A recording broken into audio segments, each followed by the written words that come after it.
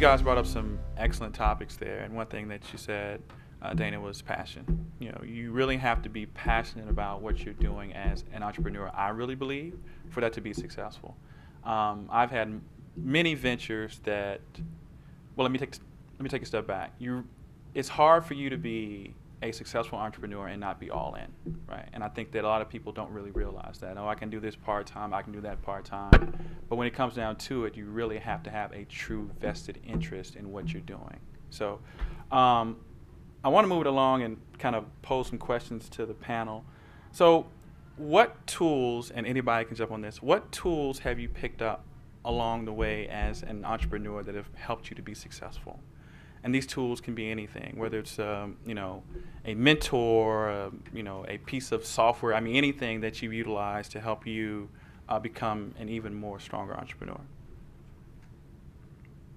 I would say, for me, Microphone. Can you hear me back there without the mic? I think it needs a mic for the yeah. For me, is books. You can't read enough books. Right. I remember when I was younger, there was an old saying that if you want to hide something from us, put it between the book pages. And it's still very relevant. People don't want to stop and read. Read things like, for me, just recently, I'm working on my PhD right now in leadership, and I read a book called What Got You Here Won't Get You There. That was very powerful in terms of leadership. Statistically, what they say that most businesses go out of business from a lack of leadership.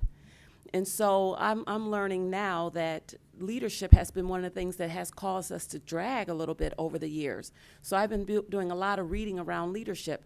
But there's another book that it's not profound. I don't know if you guys are looking for something very profound. Maybe these two gentlemen will give you something profound. But something that really helped me in my business move to the next level. And that is Don't Sweat the Small Stuff. Everybody has heard of that book, but how many people have read the book? See, a lot of people hear about it. I'm hearing people say, yeah, but people don't pick it up and read it. Someone gave me that book when they realized that I was on my journey. And I sat down and read that book, and it changed my life in terms of how I saw things, in terms of how I had to let some things go. One of the characteristics of a person who's an entrepreneur is tenacity and probably perfectionist. Would you agree? We're very, want it right all the time. Well, when I read this book, I realized it didn't have to be right all the time, that sometimes it could be good and I can move on to the next thing. So it allowed me to let go of some things. It all depends on where you are in your journey, but definitely start getting some books that are out there and reading books. I'm sure there's some financial books. I wish I would have known about finance the way you probably know about finance, because I didn't know that I had to build credit a long time ago. I used to buy all of our computers and furniture with my credit, with American Express and cash. And then when it was time to get a copier, the guy said, you need to have good credit. I was like, oh, I got great credit because I pay everything. And he looked and he said, you don't have any credit. And I was like, well, is that bad? Yeah, no credit is worse than bad credit. And so had I known to read books about credit, I think that would have helped me. So read. When you leave here, go to a bookstore and start looking in the business section, and whatever resonates with you, read it. Well, since we're on the topic of thought leadership, I'll just kind of run down my reading list of books that have also, intellectual property that's kind of helped me along the way. Every year at the beginning of the year, I read Carter G. Woodson's Miseducation of the Negro. It just frames the context in terms of, to me, the book is so futuristic or, prophetic in context because it's almost as if, Dr. Woodson could be speaking today. And he's really defining our culture. I see it through an economic lens and how, the consumption in our community versus the actually acquisition of wealth, our accumulation of non-appreciating assets versus depreciating, and then how our leaders impact that. Another book that I read, As a Man Thinketh, by James Allen, in terms of how we shape our thoughts. I'm also a big fan of Napoleon Hill's works, One in particular, Outwitting the Devil, which he never released in his lifetime because they felt it was so disruptive to society. But he's having this conversation with himself, or the Satan within him, and how Satan is telling him how 98% of society drifts throughout their lives, and that how he uses the systems that we trust to teach us how to drift. So we trust religion, we trust our schools, we trust politics. These are all systems that we trust, but it's only 2% who discover what he calls definitive purpose. And I think it's when you discover your definitive purpose, and your definitive purpose is usually connected to some pain, issue, or challenge that is unresolved, and if you can not totally resolve it, but begin the journey of resolving it, you can package that and either offer that as an entrepreneur in your organization or as an entrepreneur, to solve something of the greater good. Of course, The Wisest Man in Babylon is something that I like to read as well. Working the System by Sam Carpenter.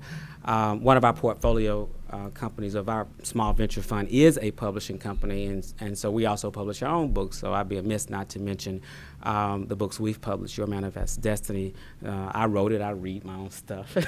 And I put it to work as well. Kingonomics, 12 Innovative Currencies for Transforming Your Business and Life, inspired by Dr. Martin Luther King. As far as the tool, if I look back over either the tool that I've leveraged or the tool that I've lacked, one is an understanding of the capital markets. I speak at a lot of entrepreneurship-based conferences, and there's a differentiator between entrepreneurship-based conferences, and I want to be candid and transparent so that we leave here with some change. When we have an entrepreneurship in our conference, in our community, we talk about the periphery of capital. We talk about how to brand yourself and how to write a book and social media and marketing and PR and business planning, all of those great things. But we rarely hear a conversation about how to access capital or how to fund our businesses beyond business loans that most of us in the room would never get because we don't have the equity to get it. And so we bang our heads up against a wall getting told by 100 banks, not understanding that banks are not in the business of funding startups. Stop wasting your time. But understanding the capital markets or the investment ecosystem is that number one tool that will lead you to a successful business. And so that ecosystem real quickly includes, raising capital from family and friends, raising capital through seed capital, raising capital through microloans, raising capital through other types of loans, whether it be SBA or other types of debt. Then there's angel capital. Then there's the entire crowdfunding ecosystem that's being created now, sites like Kickstarter, Indiegogo. But then you have the equity-based crowdfunding, which was signed into law on April the 5th, 2012 by our president, called the Jobs Act, the Jumpstart Our Business Startups Act. The president, when signing it, called it a game changer by which underserved and underrepresented communities could use equity-based crowdfunding to actually invest in each other's startups and actually get equity. So crowdfunding, then of course venture capital, private equity, then you have EB5s, then you have Quaylock Bs, and you then have institutional capital. What I just did was basically give you a tool set of all of the types of capital sources that are available when you're raising capital for your business. And if you have written a business plan that has not included you actually raising capital for your business, you will probably be a part of that 70% that will fail in the first 3 years. Because it's great to have good thought leadership, it's great to have good mentorship, but if you can't hire people to execute that vision that you've written and that you're running with, if you can't hire to expand, or you can't raise capital to go gain market share, and then finally the other capital tool, and I'll pass the mic, is actually cash flow and revenue. Because it's really tough to raise capital in today's economic markets without, number one, having a viable and sustainable business model, but also being able to show proof of concept. Can you get one client and keep that client for 12 months? Can you get 3 clients, 5 clients, and demonstrate some scalability? So my tool set is capital. Okay. I had 2 tools that I utilized. One was to get a very good mentor. And I realized that if I'm going to start a new venture, and a new business, that I had to have someone on my team that knew much more than I did, that went through all the pitfalls, all the hurdles, everything that was necessary to get to a business. Because any worthwhile venture is going to you're going to have some pain points. So I'd say it's very important, imperative, that you get a mentor if you're looking to start a business. Number one, I'm going to somewhat piggyback on what Rodney said, the term definitive purpose. I've always believed that when you don't know the purpose of a thing, abuse is inevitable. And abuse really, comes from two words, it's abnormal use. And when you don't know your why, you will abnormally use it.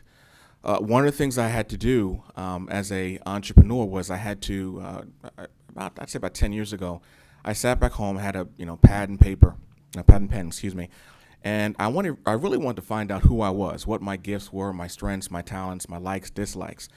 And I really wanted to analyze me. And once I did a self-analysis, find out, okay, I like this, so what can I go after that's going to fit my personality? And I think a lot of budding entrepreneurs don't really find out them.